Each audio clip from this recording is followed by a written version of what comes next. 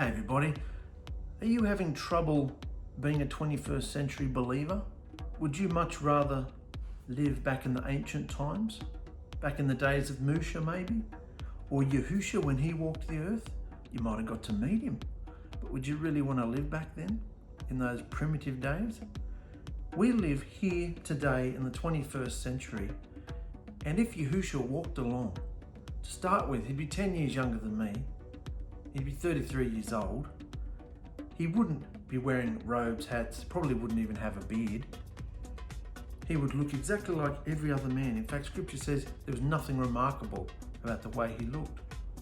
He would blend in completely. Is that what we see when we look at all these other people proclaiming to know or be the Messiah, or at least know him or be connected to him? Is that what we see when we look in the world? Is that what we've thought in our own heads? Because maybe we need a slight adjustment. He's a young man, 33 years old, and if he walked up to us today, yeah, he would be referring to things that have been written, but his dialogue would be just, how you going? Yeah, g'day mate, if he was in Australia anyway. But he would be talking in English if he was in our countries. He would seem like you or I. So why are we putting all this emphasis and strain on going back to the Hebrew and then bringing it back and assuming we have to live like that? We are to behave a certain way. Our worship is our behavior. And we don't have to put all our energy and quit our jobs and do all these things to have a relationship with Yahusha. That would be like saying that to your wife or your husband. I've got to quit my job so I can spend time with you and have a relationship with you. They'd be like, well, that's great, but you already have a relationship with me, and we need money. So can you see you already have a relationship with Yahusha? Are you believing that? Are you claiming that? Are you entering in, most importantly, through the portal? Are you having this experience, this open dialogue and communication? Prayer is just communication. If you're having that, you can live a normal life because he's with you all the time, talking to you, say this, do this, say this, do this, you know? It's not all about the external extremities and fashions and liturgies. It's about what he's doing inside your heart, training you, flogging you, disciplining you, chastising you, rebuking you, so that you will bring forth the right fruits from the portal. So today, this is so exciting. Coming into BAMIDBAR now, Numbers, and there's another article, it literally came up half an hour ago, and it's phenomenal. I'm so excited to bring it to you. It's all about the history. See, we're right at the very beginning in our behavior evolution scripture studies here. We're right at the very beginning. They've just been delivered. They're only a year out of Egypt. But what we're going to read today is a bit of the end of the story, because if you're reading these scriptures going along with me on this journey, if you're reading these and thinking, oh, we have to be like that, you're missing the point. This has nothing to do with the people. We're going through this to put a magnifying glass on the behaviors, and most importantly, Yahusha's instructions regarding those behaviors. You see? So, because if we start building up beliefs and ordinances and liturgies around what we're reading here, then we turn into religious cracking, you know, it's ridiculous. So let's just go straight into this. The dwelling presence of Yahuwah. The dwelling presence of Yahuwah. Already it's tying in with everything we've been talking about, isn't it? This is the main, getting the feeling that Yahusha wants his bride to know about this. Everything that's coming up everywhere lately is all about his presence and the portal and the indwelling and the connection and open portal doorway. And, you know, so the marriage covenant was cancelled with the Jews, or Yisharal, or Israel, whatever you want to call them. It's actually Yisharal, the correct term. He cancelled it. The marriage covenant was cancelled with Yisharal by Yahuwah because they were mixing idolatrous worship with the Torah. They were mixing idolatrous worship with his everlasting instructions. Yisharal refused to follow Torah, and they broke the covenant as his bride. Yahuwah divorced Yisrael. Then the dwelling of Yahuwah's presence left the temple and has never returned. We're talking about the tabernacle lately a lot now, but later on we're going to be talking about the building of a temple, a full-on structure, not just a tent, a full-on building, a temple, big temple. This is where we're at now in this article here. The dwelling of Yahuwah's presence left the temple and has never returned. You can read Ezekiel 10, and it shows how Yahuwah left the temple. So we're talking about the dwelling presence of Yahuwah. What does dwelling mean? 𝗪𝗪 from 166, a tent, as clearly conspicuous from a distance. So something you can see from distance, like a tent. A covering, a dwelling, a place, a home, a tabernacle, a tent. Click your mind into the patterns, guys. What's this ringing bells to? Aren't we the living dwelling? These are all the things we are to be. The home of his presence. Yahuwah's presence left the tabernacle and he divorced his bride called Yisharal. Yahuwah's presence left the tabernacle and he divorced his bride called Yisharal. Yisharal was the only nation on the planet called out, set apart, redeemed, delivered, and called his bride. That was the whole purpose of him calling out. Remember, we went through Abraham, Yitzchak, Yaakov, the 12 tribes of Yisharal, to be his bride. They went into bondage. He brought them out of bondage to give them the marriage covenant. Well, they've got it now.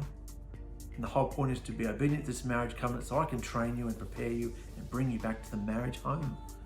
What was that word? Dwelling? A home.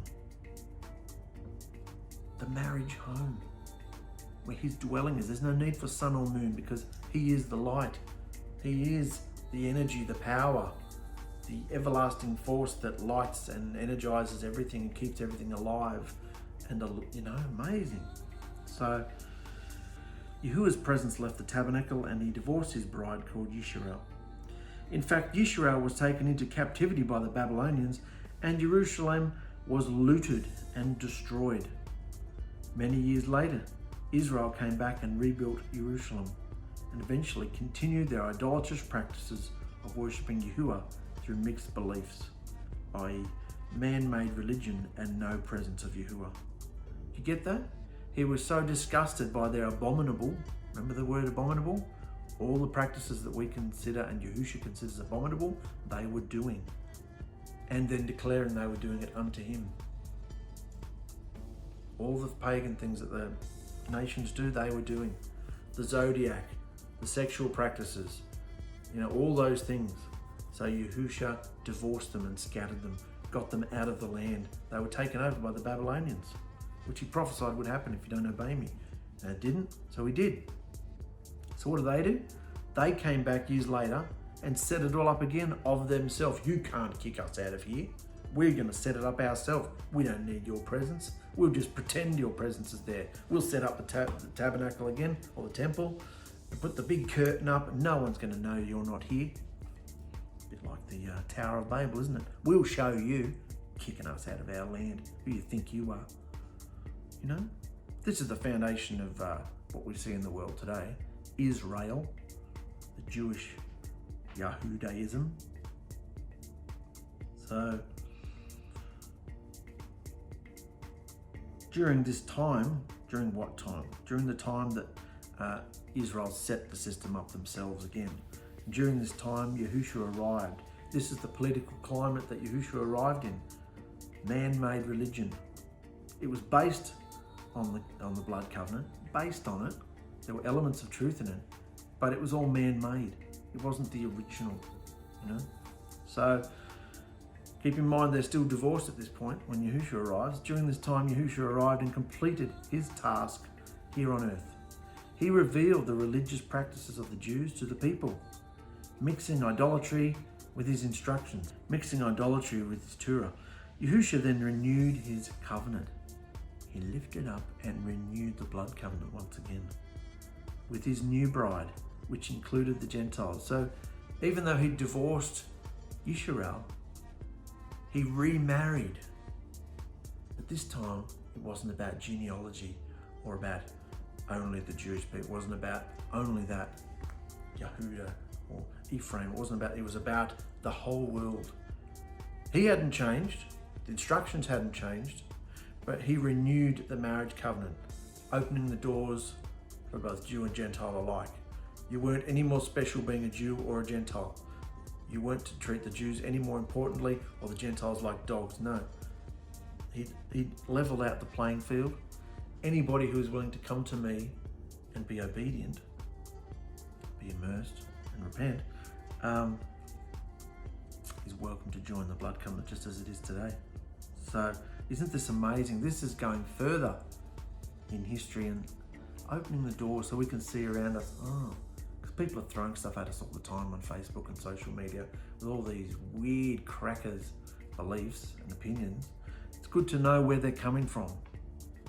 This is where the Yahudim religion comes from, the Jewish religion, the Jews, all those rabbis and meetings. This is where it all comes from. So Yahusha came and he revealed this. That was his job, to reveal all the lies that religion had placed the Jews.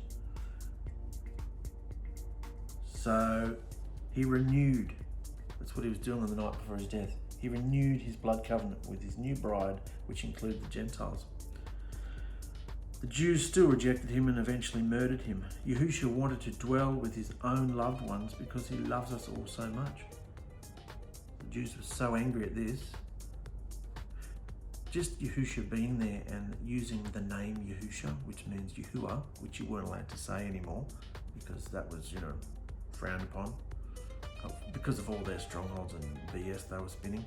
So just by Yahusha coming along and saying, I am Yahusha, he was declaring that Yahuwah is our deliverance. So even his name was an affront to them. So that's why, apart from him shining a light on all their religious practices, which they were becoming very wealthy from, spinning this lie that Yahusha's presence was with them, wasn't. They were the voice of the Creator on this earth. Just like the Pope. He does that today, doesn't he? It's all a lie. There wasn't even an ark in the most set apart place of the temple. And Yahusha certainly wasn't there. Yahusha was walking around. How do they feel about him? Just like religion feels about him today. The Christians and the Catholics. Some of the Messianics and Nazarene too. It's just how they feel about him when he's real in their face, walking around normal and not religious. People love their religion, don't they? Oh, makes me sick. So the Jews still rejected him and eventually murdered him. Yahusha wanted to dwell with his own loved ones because he loves us all so very much. He loves us all so very much. Yahusha figured out how to make this possible. He said to us, your body is now the temple, so enter the door, and my spirit will enter you via the portal, and we will have open communion, open fellowship, intimacy. We will have intimacy. This is how Yahusha was going to connect the dimensions. He had it once in man-made dwellings, and now man couldn't be trusted, so it's individual now. The portal is opened up within each and every individual. So he said to us, your body is now the dwelling, the temple. Your body is now the temple, the dwelling place, the marriage home. You have connection. Enter the door, and my spirit will enter you via the portal, and we will have open intimacy. Hence we have access to Yahuwah's deliverance. We have access to Yahuwah's deliverance from the power of Satan, and we can then overcome this world. That's the only way to overcome this world. You can't just buy a self-help book, dig your heels in, and I'm going to overcome this and this and this and this. No, you need the power from Yahusha's spirit, from the portal door. We have access to Yahuwah's deliverance from the power of Satan, and we can overcome this world. The renewed covenant. And we'll be talking about the blood covenant all the time. It's the same blood covenant, but he keeps renewing it. Well, he's renewed it once and for all. He did it the night before he died. The renewed blood covenant is found in Hebrews 8, 6-10, and it says, but now he has obtained a much more excellent service, inasmuch as he is also mediator of a better covenant, which was constituted on better promises. Better than what? Better than the original one. Better than the Levitical. Better than all the other covenants he'd lifted up with people. Same covenant.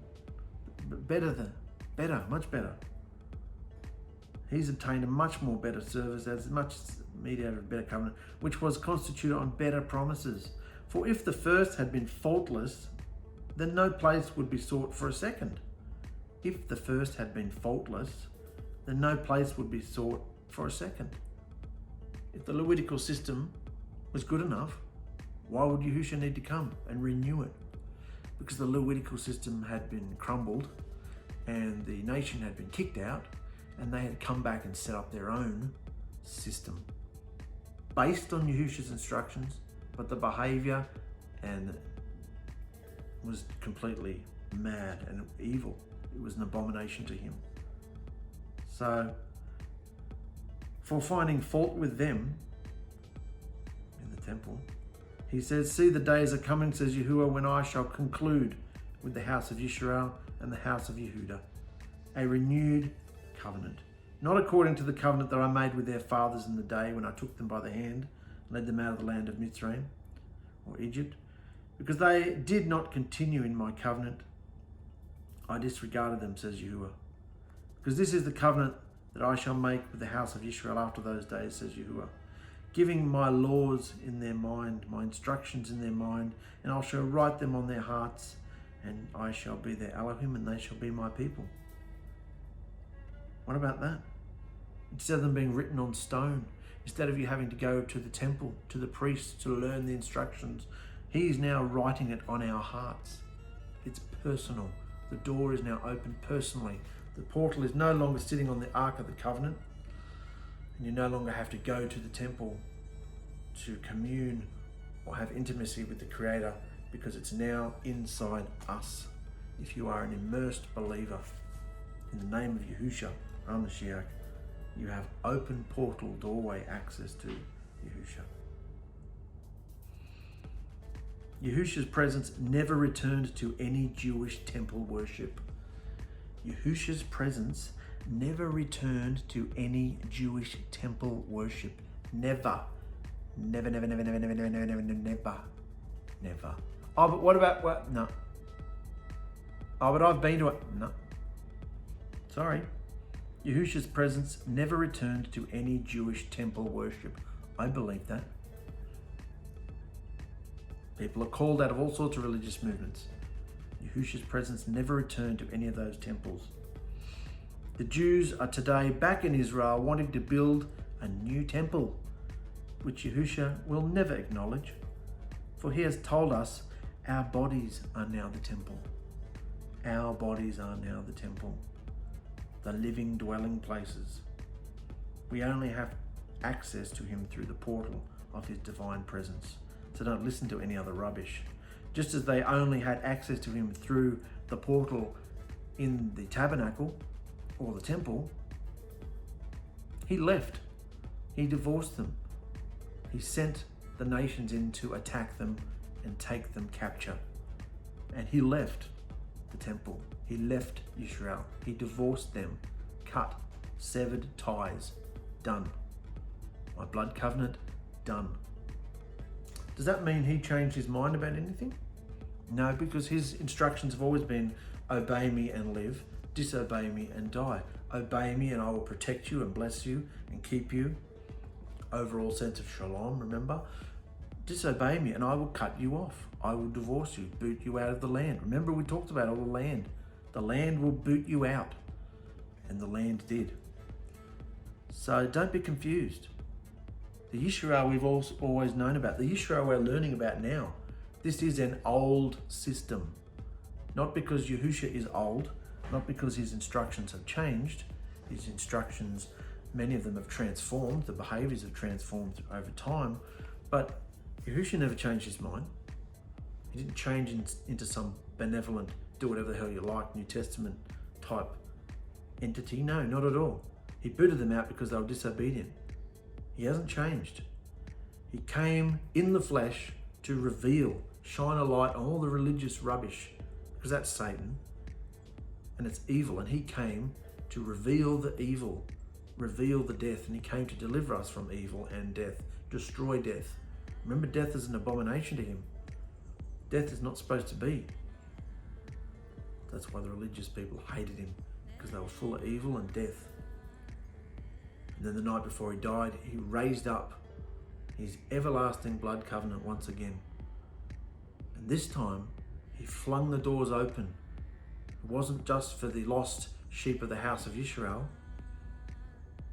It was for the nations too. However, saying that, the nations, if you're in the nations, which is all of us now, because we've all been scattered into the nations, you must be grafted into Yahusha's bride, into Yisharal. Yisharal is now made up of a mixed multitude who are obedient to his instructions. His instructions haven't changed. He doesn't change. So our bodies are now the temple, the living dwelling place. What was the dwelling back up there? That word dwelling, a tent. You can see it from a distance. A covering, a place, a home, a tabernacle, a tent. The marriage home is being formed within us. Isn't that interesting? So don't be confused about the religious climate that we currently sit in. We currently sit in a religious climate where there are 3 or 4 main religions who base their beliefs on the scriptures, but their behavior and their way and the path is nothing like what Yahusha taught. Christianity, Yahudaism, the Muslims, I'm sure there's another one in there, pick one. They're all referring to the scriptures. But do they have open portal? Do they have a portal within them? Because that's the secret.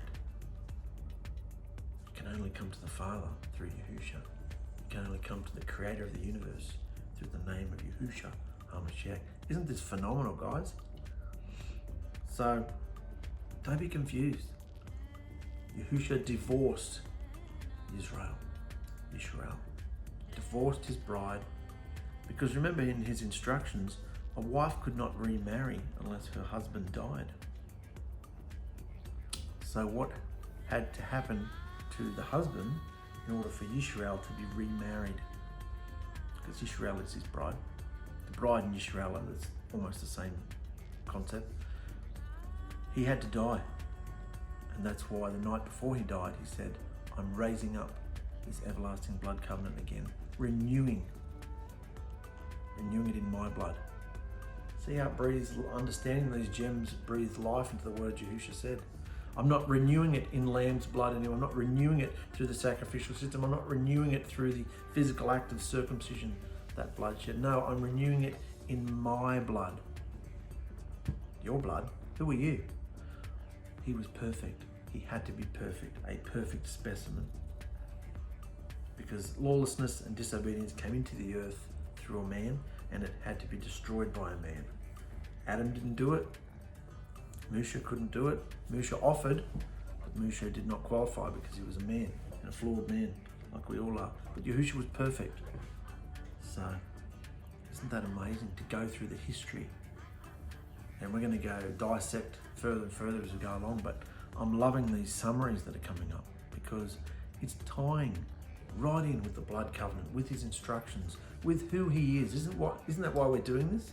To learn who he is, to get closer to him, to have access, to learn the fruit in our day. None of us can do it perfectly. We're all on that path of overcoming the evil and putting on the fruit. Overcoming the evil behaviors, behaving the fruits. Yeah? So, we've got to get into the scriptures a little bit today. Otherwise, we're not going to get anywhere here. We're going into the registration of Yisharal's troops. Remember, we talked about last episode how the word numbers is very misleading because only the first couple of chapters are about a census that was taken. And it was all because, well, we're going to go into it. Let's go. Registration of Yisharal's troops. A year after Yisharal left Egypt, Yahusha spoke to Musha in the wilderness. That's what BAMIDBAR means, in the wilderness of Sinai from the tabernacle. On the first day of the second month of that year, he said, from the whole community of Yisharal, record the names of all the men 20 years or older, who are able to go to war. You and Aaron must register them, but you'll need some help because there's so many people. So go and grab a family leader from each tribe and assist you. Go and grab these guys here. So I'll summarize probably a chapter or so into this little chart here because it was very confusing. So you have to understand that, look over into the third column here, because these are the names you're going to recognize. Reuben, Shimon, Yehuda, Yisharal, Zebulun, Ephraim, Manasseh, Benjamin, Dan, Asher, Gad, Naphtali. These are the 12 tribes of Yisharal. Remember that Yusuf was no longer included because his 2 sons were adopted, remember? For a while there, for a couple of days there were 14 tribes, and then it went back to 12 tribes. It evened itself out again. Because of course, Louis is the priesthood now, not included, and Manasseh and Ephraim, Yusuf's children, were adopted in as proper sons. So these are the tribes. But remember, none of these men are alive anymore. These are just the names of the tribe. So these are the tribes, the 12 tribes they were divided into. But as these men, who are now dead, had children, each child would form into their own clans. So there would be several clans of Reuben, several clans of Shimon, several clans, because the families were clans. You know, in Israel, it's very community based. It's not just today where we just have mother, father, children, and then everybody else is distant relatives. No, it's actually all included here in clan. Your clan was everybody. Mother, father, sister, brother, and all your grandparents, aunties, uncles, everybody was part of your clan.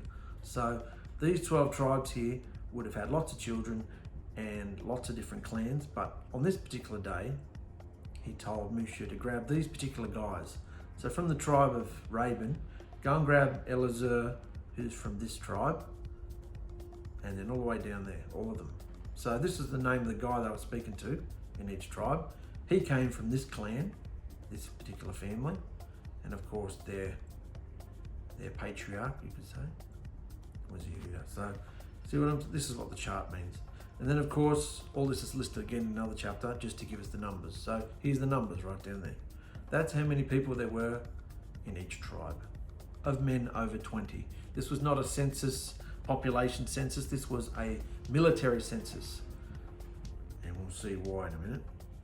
So you understand that? Moshe and Aaron called together these chosen leaders, assembled the whole community of Yisharal, and all the people were registered according to their ancestry by their clans and families. And the men of Yisharal who were 20 years old or older were listed one by one, and Moshe recorded their names in the wilderness of Sinai, just as Yahusha had instructed him. And the total of them able to fight in battle was 603,550. That's the size of their army. Ephraim and Manasseh replaced Yusuf. Yeah, we just dealt with that. So, but this total did not include the Lewites, for Yahusha has said to Moshe, do not include the tribe of Lewi in the registration, and do not count them with the rest of the Israelites, but put them in charge of the tabernacle of the blood covenant witness, along with all its furnishings and equipment. They must carry the tabernacle and all its stuff as you travel, and they must take care of it and camp right around it.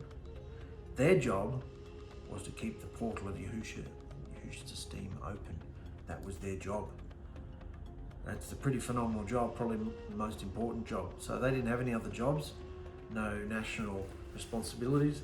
They were a set-apart priesthood, and even though the priests were only from the line of Aaron, all the other Lewites were responsible for pulling it down, setting it up, looking after it, polishing it, taking care of the tabernacle.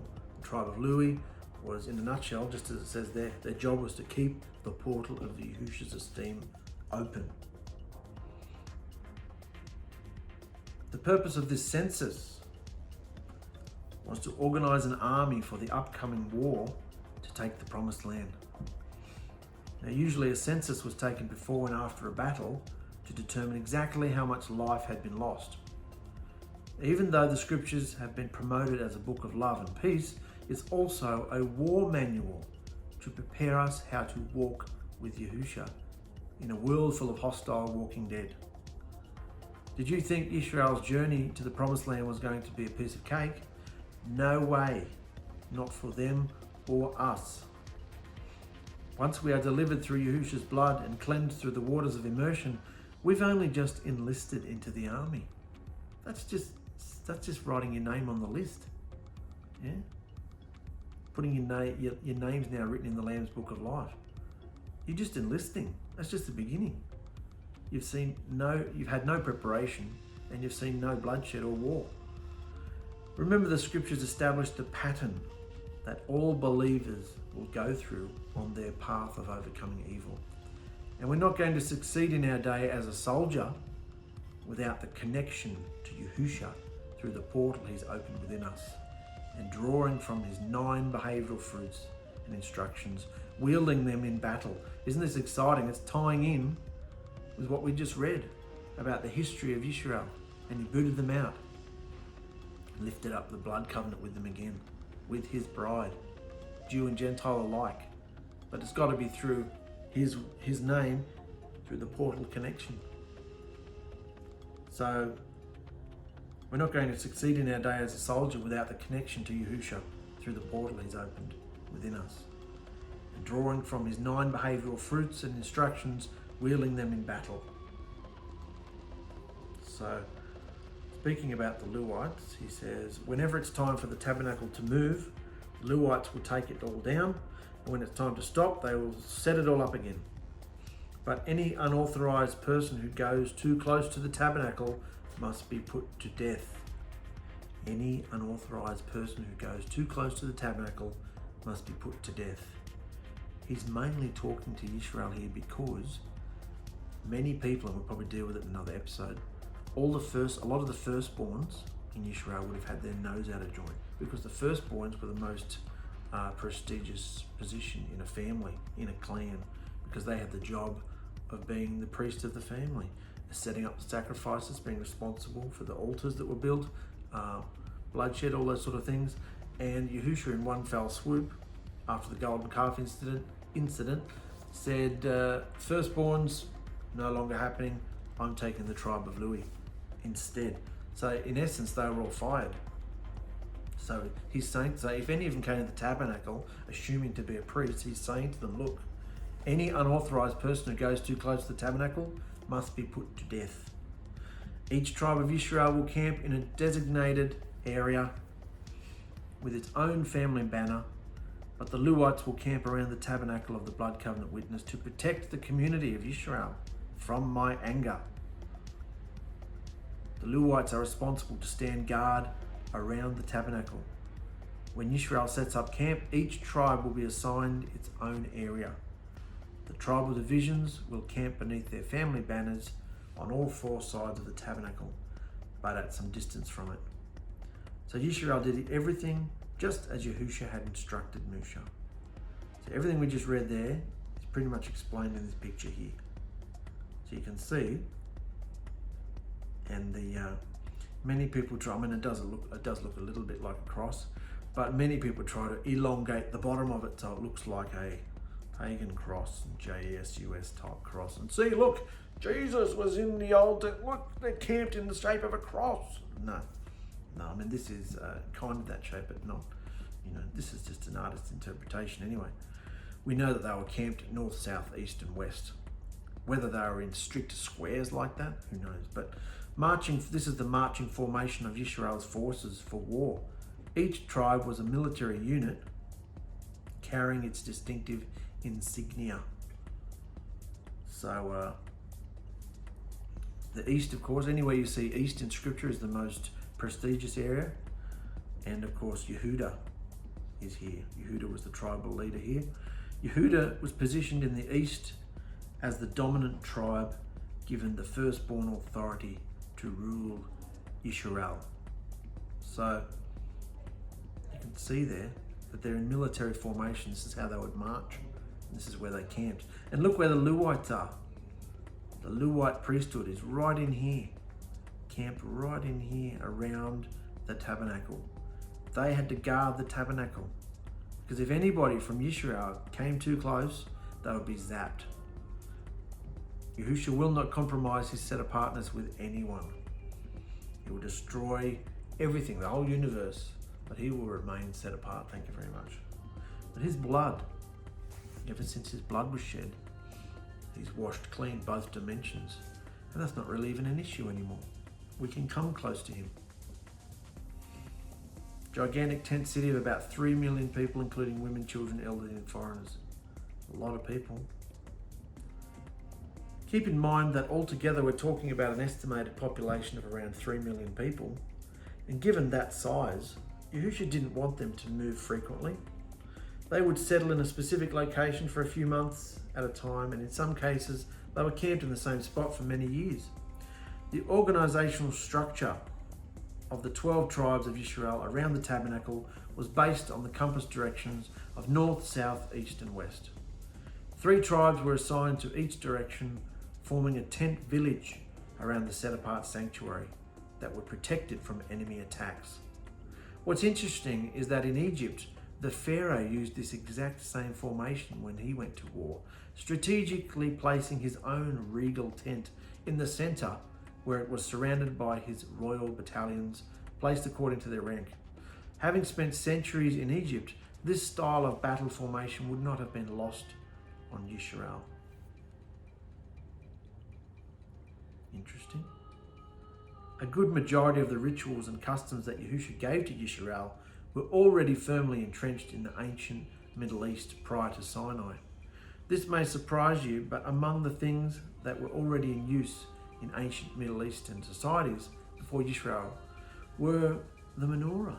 Yep, that's right. The practice of circumcision, the burning of incense, and of course animal sacrifices. A lot of these things were already happening in Middle Eastern the nations. They were to do with paganism and wickedness, but the actual practices themselves, like burning incense. We burn incense today, that's not evil. If you burn it to worship an idol, that's a different thing. But the point is the fact of burning something, or the fact of circumcision, or the menorah, or articles of furniture, things like this were already in use. There were also many customs and practices Yahusha banned, and others he transformed to fill them up with a different meaning for his purposes. Looking at this pattern, we can understand that Yahusha will often use already existing customs in our lives and work within our present 21st century culture to communicate his way of overcoming evil through our behavior, so that we are separate from the world. It's all about being separate from the world in our behavior. So let's go into this Yisharal topic a little bit more, because we opened the episode talking about Yisharal, and now I want to talk about the anti-Semitism. A Semite, a Shemite is just a descendant of Shem, like a Hebrew person. So when we look at this, if you're anybody in the world who's accused of being anti-Semitic, it just means someone who hates Jews. Over time, the ways of Yisrael began to appear stranger and stranger to the world around them, mainly their belief in one true Elohim, who imposed his morality on all mankind. He imposes his morality on all mankind. You do it, because I'm Yahuwah. This brings us face to face with the real cause of anti-Semitism and the pressure and hatred against Yahusha's bride. Over the years, which we are Yahusha's bride. So, are you Jewish? No, some of the customs might look similar, but no, we're not. Not religious. Over the years, many theories have been introduced by scholars concerning the real cause of anti-Semitism, ranging from poor economic factors and the need for scapegoats to simply pure resentment of Jewish affluence combined with xenophobia. However, historically, there has always been one chief cause of anti-Semitism in the world, and that has been Yisrael's belief in one Elohim, their Torah, and the fact that they are a chosen people. So we're talking about before. Remember, we're honing on before Yahusha divorced them, okay? This was the reason they've been so hated. And there's other reasons now, because remember, the presence left. The presence left them. He divorced them. And and sent them into the nations. We are still in the nations, but those of us who are waking up to the blood covenant, waking up to Yahusha, are grafted back into the bride. So Yisharal's belief in one Elohim, their Torah, and the fact that they are chosen people, by declaring that Yahusha is the one and only Elohim of mankind, it implies that everyone else's deities are fake. Duh. And when one obeys the instructions of Yahusha, what will normally result is a higher quality of life compared to the nations who don't. And this has always provoked bitter envy and vicious hostility towards Yisharal, because they were always blessed. Their lands were more fruitful, and prosperous. That's why the nations wanted to overcome them and attack them. But as we learnt in our last episode of season 3, whenever they did overtake them and conquer them and move into the land, everything died because they didn't have the blessing. Yahusha had left. Yahusha is the life. So when Yahusha leaves, life goes with him, leaving just death. So this is why Yisharal for a time were obedient and their nation was prosperous, and this was always provoked bitter envy. In the ancient world, it was common for every nation to worship their own deities, but also to acknowledge the legitimacy of others' deities too. Not so with Yisharal. There was tolerance between the deities and the beliefs in the pagan nations. So it was common for every nation to worship their own deities, but also to acknowledge or be tolerant, accept the legitimacy of their others' deities too. Not so with Yisharal. Over time, as Yisharal progressed in its understanding of who Yahusha was, they began to declare that the deities of the nations were nonsense. As the following verse from Psalm so eloquently articulates, they have mouths but cannot speak, eyes but cannot see, ears but cannot hear. Yahusha divorced and scattered Yisharal for her idolatry. And well, there you go. I didn't know it was written here. I haven't looked at this for weeks. Yahusha divorced and scattered Yisharal for her idolatry. What about 2 articles on the same day coming up about divorcing and scattering Yisharal? Yahusha divorced and scattered Yisharal for her idolatry, and prior to his execution, raised up a renewed blood covenant with her. A covenant that had nothing to do with race or lineage, but through obedience to his instructions, the portal doorway of deliverance is now open to all nations. This is exciting. I haven't read this for weeks. This is what we're up to here. And on the same day, we've received an article about Yisharal being divorced and the covenant being renewed in his blood and the portal door being open. And now what do we see here? Yisharal is hated for different reasons today. Israel in the Middle East is hated for different reasons today, many of which is political and from the UN, but the presence is not with them. The geographical Israel is a totally different thing than what we're talking about. Yisharal is a man, the 12 tribes of Yisharal, and now a renewed blood covenant with anybody of any race, colour, creed. If you graft in and obedient to the blood covenant, you are Yisharal, and you're overcoming, walking your walk. So what about this? This is giving me goosebumps, guys. This is so exciting. Yahusha clearly wants us to know, through the mouth of 2 witnesses now, that don't be confused by all these Yahudim, Jewish, Pharisaical beliefs that you have to do this and you have to dress like this and act like this. No, Yahusha is not like that. Those of us in Yahusha's bride will inevitably face hatred and persecution as the contrast between the lifestyle of our belief and the behaviour of the world becomes even sharper. What about that? So we might leave it there, guys. That's enough. That shows that's putting the whole anti-Semitism thing. But I know there was the Holocaust, and I know it was horrible, and I know it was this and that, and you're not allowed to, everybody has to bow their heads whenever the word Holocaust is mentioned and all these things. Yes, I acknowledge that it was a hideous way to treat people, but have you ever considered that it was another form of judgment by Yahusha, who treats his people much harshly than he does the nations if they're disobedient, because they know better? The Yahudim, the Jewish people, are guardians of the covenant. They have it all written down. It's written on stone. The name, do they use the name? No, they've replaced the name, Yeshua, May his name be blotted out. Thanks for that. You know, Yahweh, Yeshua, these are all just replacements. Adonai, Hashem, I worship you, name. Hashem means name. I worship the Creator in the name of the name of the name of the name. You know, like, it's just mad. It needs to be institutionalized, padded rooms. It doesn't make sense. So that's why breathing life into this and bringing in the whole anti-Semitism thing, it shows that, yes, it was horrible, but it was judgment, because he'd done all this with them. The nations were stupid and evil and unclean and not even included in this. Yisharal was chosen, delivered. He lived in their camp. He dwelt among them. They were passing on this knowledge from generation to generation. And then they just suddenly stopped and they all fell into idolatry. He was furious with them and he divorced them. So people are crying out about the Jews and everything. It was horrible, but look how they've behaved. Look at Israel now. It's one of the gay capitals of the world.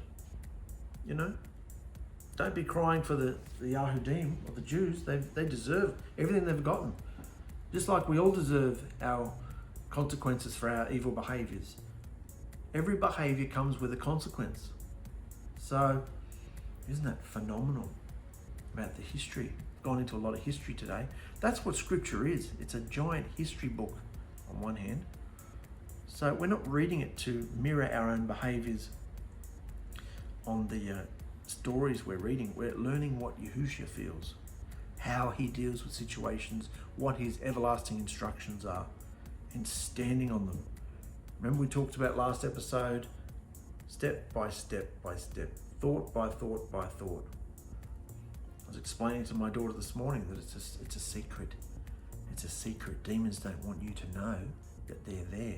They want to come and whisper in your ear, and then whisper in your brother's ear, or your husband or your wife or anybody ear, and then form a big argument and have you ripping each other to shreds. And then they fly away laughing their heads off because you're so stupid you don't know it's them.